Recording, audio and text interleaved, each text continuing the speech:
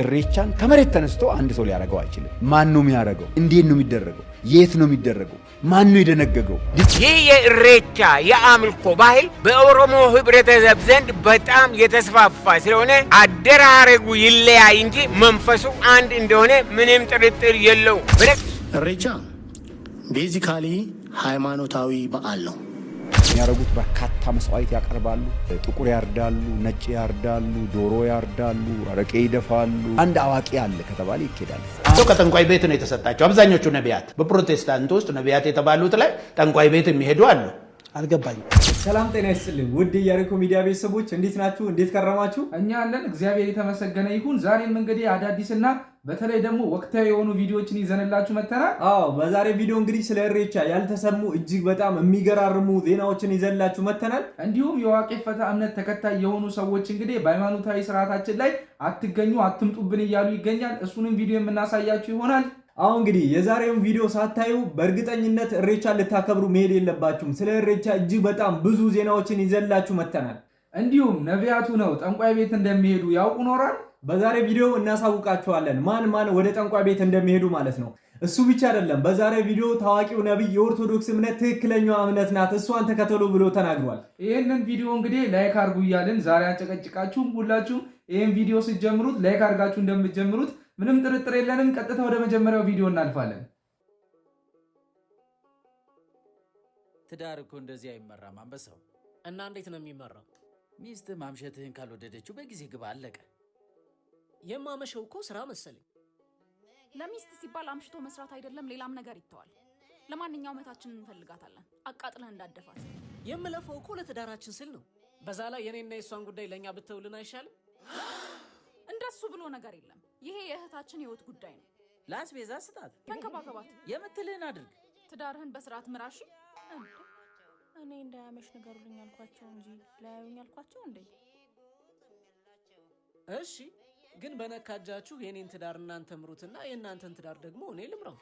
አንተ ነህ የኔን ትዳር የምትመራው። ባይሆን አንዱን እንድመራ ፍቀዱልኝ እንጂ ሁሉም ትዳር ውስጥ ጉድለት አለ። በጉድለት እየገባችሁ ትዳርህን ልምራልህ ትሉኛላችሁ። አንዳንድ ቤተሰብ እንዲህ ነው። እሱና የሱ የሆነው ልክ ሆኖ ያኛውን አካል የተሳሳተ አድርጎ ይኮንናል። አለፍ ሲልም ትዳርህን እኔ ካልመራውልህ ይላል። ኖ ይሄ ቀይ መስመር ነው። በቤተሰብ ጣልቃ ገብነት ምክንያት የፈረሰውን ትዳር ብዛት ቤት ይቁጠረው። የእናንተን አላውቅም። እኔ ግን የወደፊቷ የልጆቼ እናት ሚስቴ ሆይ ቤተሰቦቼ እገዛቸውን እስካልጠየቅን ድረስ በፍጹም በትዳራችን ጣልቃ እንዳይገቡ አስጠንቅቂያቸዋለሁ። አንቺም ቤተሰቦችን አስጠንቅቂያቸውና እሺ ካሉሽ በውስጥ መስመር ጻፊልኝ። በዛውም ሲንግል ነኝ ያልኳችሁ ነው። ይሄ ጣልቃ ገብነት ግን ኢትዮጵያ ውስጥ ብቻ ነው ወይንስ መላው ዓለም ላይ ነው ያለው? ፎሎ ያደረጋችሁ ይህ ቪዲዮ በእውነት በጣም የሚያስተምር ቪዲዮ ነው። እንደዚህ አይነት ነገሮች በጣም ብዙ ጊዜ ይከሰታሉ። ሰው ትዳር ላይ እየገቡ ካልመራንላችሁ እኛ ካልነገርናችሁ የሚሉ ሰዎች በጣም ብዙ ናቸው። ነገር ግን ወደ እነሱ ዞር ተብሎ እንንገራችሁ ሲባል አንተ የኔን ትዳር የምትመራው ብሎ እሪ የሚሉ ሰዎች ማለት ነው። እሱ ብቻ አይደለም እንግዲህ ጉዳዩን ለባለ ጉዳዩን ተውለት። እነሱም የራሳቸው ትዳር አላቸው፣ ሌላውም ሰው ደግሞ የራሱ ትዳር አለው። ባለ ትዳሮቹ የራሳቸውን ህይወት ራሳቸው ይምሩ፣ ራሳቸው ይኑሩበት። መግባት በሌለብን ቦታ ላይ መግባት የለብንም። ምናልባት እንዲሁ ነገሩ ከረር ብሎ የኛ መግባት ካላስፈለገ በስተቀር እየገባን ነገሩን ይባስ አግለን እንዲሁ ለመለያየታቸው መንስኤ ባንሆን እንላለን። እስቲ በቀጣይ ቪዲዮ ደግሞ ኢትዮጵያ ውስጥ እንግዲህ ነቢያት ነን ብለው ጠንቋይ ቤት የሚሄዱ ሰዎች አሉ። እንግዲህ እነዚህ ሰዎች ጋር የምትሄዱ ሰዎች ይህን ቪዲዮ ካያችሁ በኋላ ወይ ጠንቋዩ ጋር ወይ ነብዩ ጋር መሄድ ነው። እንደኔ ሐሳብ ግን ያው ነብዩም ጠንቋዩ ጋር መሄድ ካልቀረ አንተም ጠንቋዩ ጋር ብትሄድ ነው። እሱ የሄደበት ቦታ ጋር መሄዱ ሳይሻል አይቀርም። እስቲ ቪዲዮን ተመልክተን እንመለስ። ከጠንቋይ ቤት ነው የተሰጣቸው። አብዛኞቹ ነቢያት በፕሮቴስታንት ውስጥ ነቢያት የተባሉት ላይ ጠንቋይ ቤት የሚሄዱ አሉ። አልገባኝም። ጠንቋይ ቤት ሄደው ነገር በጣም እየተደጋገመ ነው። ስፔሻሊ እጃቸው ላይ ከሚያደርጉት ቀለበት ጋር አያይዞ ያወራንንም ሰው እጃቸው ላይ ያለች ዳይመንድ የምትመስል ጥቁር ወይም አረንጓዴ ወይም ቀይ ዳይመንድ የምትመስል ቀለበታቸው ላይ ያላቸው ከጠንቋይ ቤት ነው የተሰጣቸው። አብዛኞቹ ነቢያት አይከብድም። ቄስ መናፍስት እያባረሩ እያገለገሉ ብዙ ተከታይ እያላቸው አባረው አያውቁም። መናፍስት ያስጨዋሉ፣ ይጮህላቸዋል። ትንሹ መንፈስ ለትልቁ፣ ትልቁ ሰው ትልቁ ልጅ ትንሿን ልጅ ወጥቶ እንደሚያስለቅስ ትልቁ አጋንንት በእነሱ በኩል ሆኖ ትንሹን አጋንንት ይቆረኩማል። ሰዎችን ላሳምኖ ለማምጣት ለቆ ግን አያውቅም።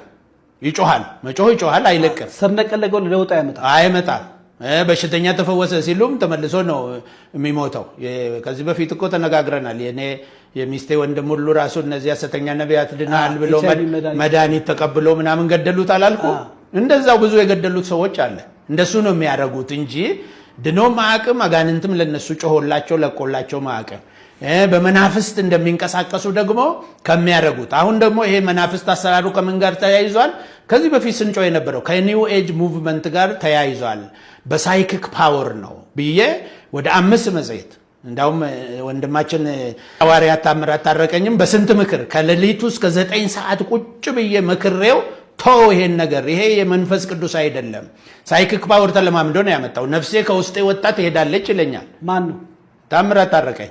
አረ ትልቅ አገልጋይ ታወቀ ትልቅ አገልጋይ ነው እኮ መክሬው ነው። አሁን ወደ ወንጌሉ መለስኩት። እኔ ሳንዴ ስኩልም ያስተማርኩት እኔ ነኝ፣ ደህንነትም ያስተማርኩት እኔ ነኝ። እሱማ አኩርፏል በወቅቱ ብዙ አይነት ጥቃትም ሊያደርስብን እኔም ባለቤቴም ልጄም ላይም ብዙ ነገር አድርገዋል በወቅቱ ማለት ነው።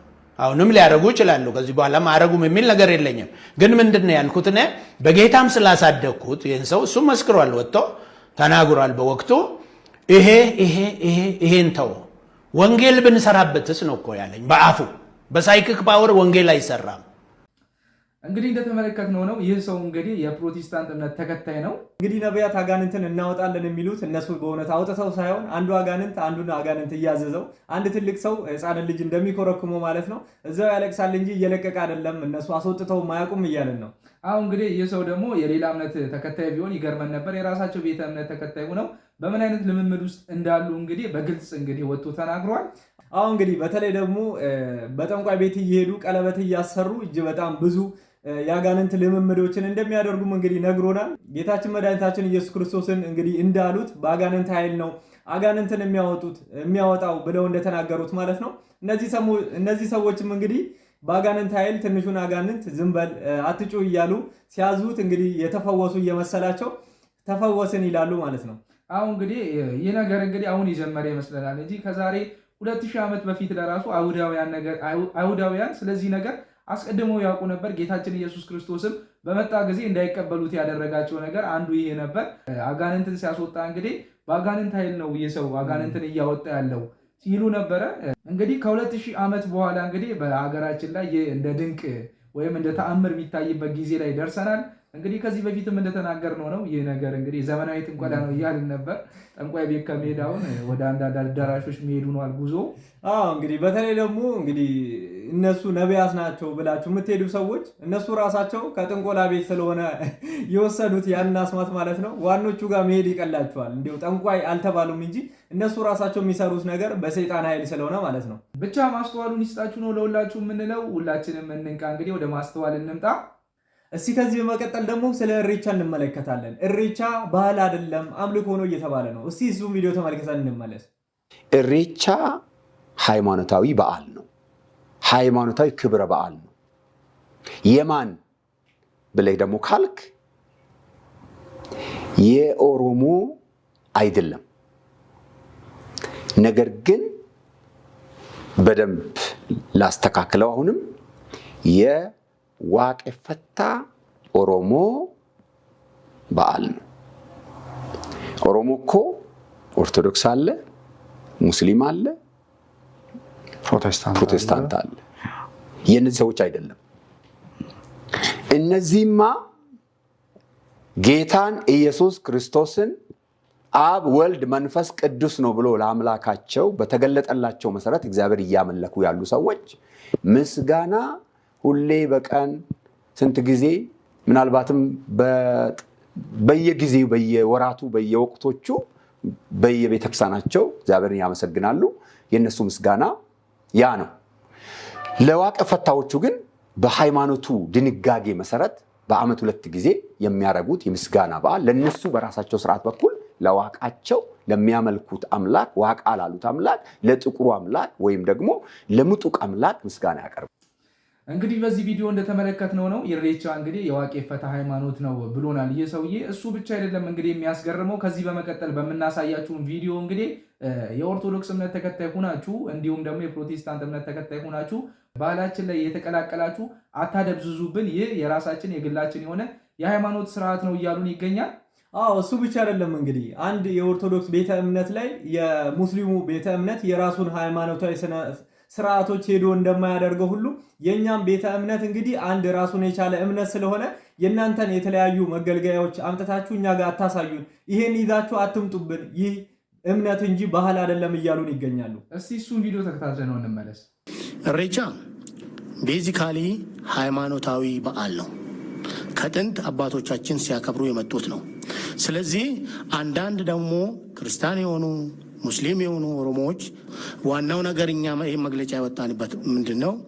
በዛ በኢሬቻ ቦታ የሚዘምሩ አሉ፣ ጽናጽል ይዞ መጥቶ የሚንቀሳቀሱ አሉ። እነኚህ ድርጊቶች ከኢሬቻ በዓል አከባበር ጋር አይገናኝም ነው። ቁልቢ ገብርኤልም ብዙ ሰው ይሄዳል። ቁልቢ ገብርኤል ቦታው አገና ነው፣ አርዳጅላ ነው፣ የኦሮሞ የማምለኪያ ቦታ ነው።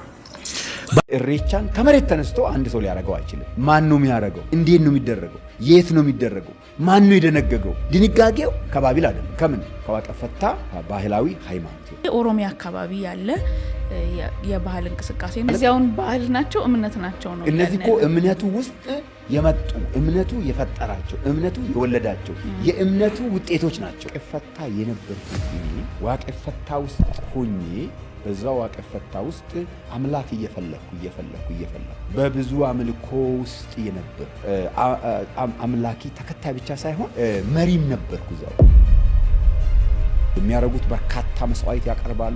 ጥቁር ያርዳሉ፣ ነጭ ያርዳሉ፣ ዶሮ ያርዳሉ፣ አረቄ ይደፋሉ። አንድ አዋቂ አለ ከተባለ ይኬዳል። አንድ አያና ያለበት ያረፈበት ሰው አለ ከተባለ ይኬዳል። አንድ በቃ ቃልቻ አለ ከተባለ ይኬዳል። እንደዛ አይነት በብዙ አይነት ባህላዊ ሃይማኖት ጫካ ውስጥ ገብተው ቤተሰቦቼም ሆነ እኔ እንደ ግለሰብ መውጫውን ፈልግ ነበር። ምንድነው የሚያድነው? ምንድነው ነፃ የሚያወጣ? ጠበል ተጠምቄያለሁ። ለ5 ቀን በበረዶ አይነት ውሃ ተጠምቄያለሁ። ነፃ ያወጣ አጋንንት ይለቀዋል ተብሎ ማለት እና ሌሊት 1 5 6 7 ጊዜ ጮሃለሁ። ይመጡብኛል እንግዲህ በጣም ብዙ ሆኖ ወይ 20 ሆኖ ወይ 50 ሆኖ ሊመጡብኝ ይችላል። በአእምሮዬ ሆኜ ቀጥታ እየመጡ አያቸዋል ልክ ሲገቡ እና ያን ጊዜ ይጮሃል መጡ ይጮሃል።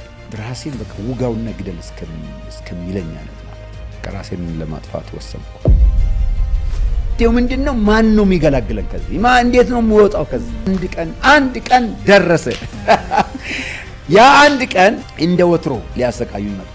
1 ሰዓት በላይ ለመጨረሻ ጊዜ አሰቃዩኝ ማለት። ለመጀመሪያ ጊዜ ኢየሱስን የሰማሁት የዳንኩበት ቀን ነው። አይምሮዬ ነፃ ሆነ። አካሌ ልክ የሆነ ከእስር የተፈታ ነገር ሆንኩ። ፍሪደም የሚባለው በቃላት የማይገለጠው ማለት ያን ቀን ፊል አረኩት። ይህ የኢሬቻ የአምልኮ ባህል በኦሮሞ ህብረተሰብ ዘንድ በጣም የተስፋፋ ስለሆነ አደራረጉ ይለያይ እንጂ መንፈሱ አንድ እንደሆነ ምንም ጥርጥር የለው። በነገራችን ላይ ኢትዮጵያን እያመሰ ያለው የኢሬቻ መንፈስ ብቻ ሳይሆን በምስራቅ፣ በምዕራብ፣ በሰሜን፣ በደቡብ አካባቢ ሆኖ በተለያየ ስም የሚገለጽ አጋንንታዊ አሰራር እንዳለ የማይካድ ሀቅ ነው። ስለዚህ ለመላ ኢትዮጵያ የሚያስፈልገው ሰላምን፣ ጤናን፣ አንድነትን በሚያመጣ ወደ እውነተኛው አምላክ መመለስ ብቻ ነው። ስለሆነም ይህን ሁሉ በሕይወቴ የሆነውንና በዓይኔ ያየሁትን ለመመስከር ያነሳሳኝ በአሁኑ ጊዜ በምድራችን ኢሬቻ እንደ አዲስ እንቅስቃሴ ሆኖ የሕዝቡን በተለይም የኦሮሞ ልብ እየሳበ መሆኑን እየተረዳው ስለመጣው ሰዎች ሲያወሩ የሚሰማው ኢሬቻ የኦሮሞ ባህል የሰላምና የአንድነት እንቅስቃሴ ነው በማለት ነው። ወገኖቼ እንግዲህ እንደተመለከትነው ነው በሁለቱም ቪዲዮዎች እንግዲህ የኢሬቻ በዓል እንግዲህ ዋና አስተባባሪ እንዲሁም ደግሞ የዋቄፈታ ሃይማኖት አባቶች የሆኑት ሰዎች በግልጽ ወጥተው ኢሬቻ እንግዲህ ባህላዊ ብቻ ሳይሆን ሃይማኖታዊ ስርዓት እንደሆነ በግልጽ ተናግረዋል። እንግዲህ እውነት ነው። በተለይ ደግሞ ኦርቶዶክስ ሆናችሁ ወደዚህ ቦታ ላይ የምትሄዱ ሰዎች እንግዲህ እናንተ ኦርቶዶክስ ናችሁ። ይሄ ደግሞ ራሱን የቻለ አንድ ቤተ እምነት ነው። የራሱ የሆነ የእምነት ስርዓት አለው ማለት ነው። በአንድ ጊዜ ደግሞ የሁለት እምነት ተከታይ መሆን አትችሉም። ስለዚህ ኦርቶዶክስ ሆናችሁ እዚህ ቦታ ላይ ለምትገኙ ሰዎች የኦርቶዶክስ አባቶች ያስተላለፉት መልእክት አለ። እስቲ እሱም ቪዲዮ ተመልክተን እንመለስ። ዋቄፈታን አስባችሁ ታውቃላችሁ? 1000 ዓመት ወደኋላ ህዝብን መመለስ ወደ ድንቁርና ወደ ጨለማ ህይወት ግልጽ ነው የምንናገረው። የሃይማኖት አባት ነው ወደ ጨለማ ህይወት ወደ ኋላ ሽፋኑ ባህል ነው። ወደ ውስጥ ገባ ብትበላችሁ ብትገቡ ብታዩ ጣዖት ነው። ያሳዝናል። ለክርስቶስ የማዳን ስራ እንቅፋት የሆነ ስብስብ የኦሪቱ ስርዓት ነው ይመስላል ግማሹ። ወቀፍና ሰዱሪ ከኩሞ ፋኪስ ተሰጡር አዲስ ኪዳን ነው። የአዲስ ኪዳን ልጆች ነን። የዘላለም ህይወት የሚያወርሰን አንድ ጌታ ዋጋ ከፍሎ የሰው ልጆችን በፍቅሩ ያዳነ የሱን አሰራር የሱን አገልግሎት የከፈለው ዋጋ በዜሮ የሚያባዛ ነው ሀገራችን ላይ እየተሰራ ያለው። ያሳዝናል። የኦሮሞ ህዝብ እንደ ቤተ ሙከራ ነው የታየው። ማን ነው ይሄን እውነት የሚናገር? ማን ነው ይሄን እውነት የሚገልጥ? ማን አለ? ሊቀ ጳጳስ ነው? ቄስ ነው? ሰባኪ ነው? ሁሉም ዝም ብለዋል። ትውልዱ ግን እያለቀ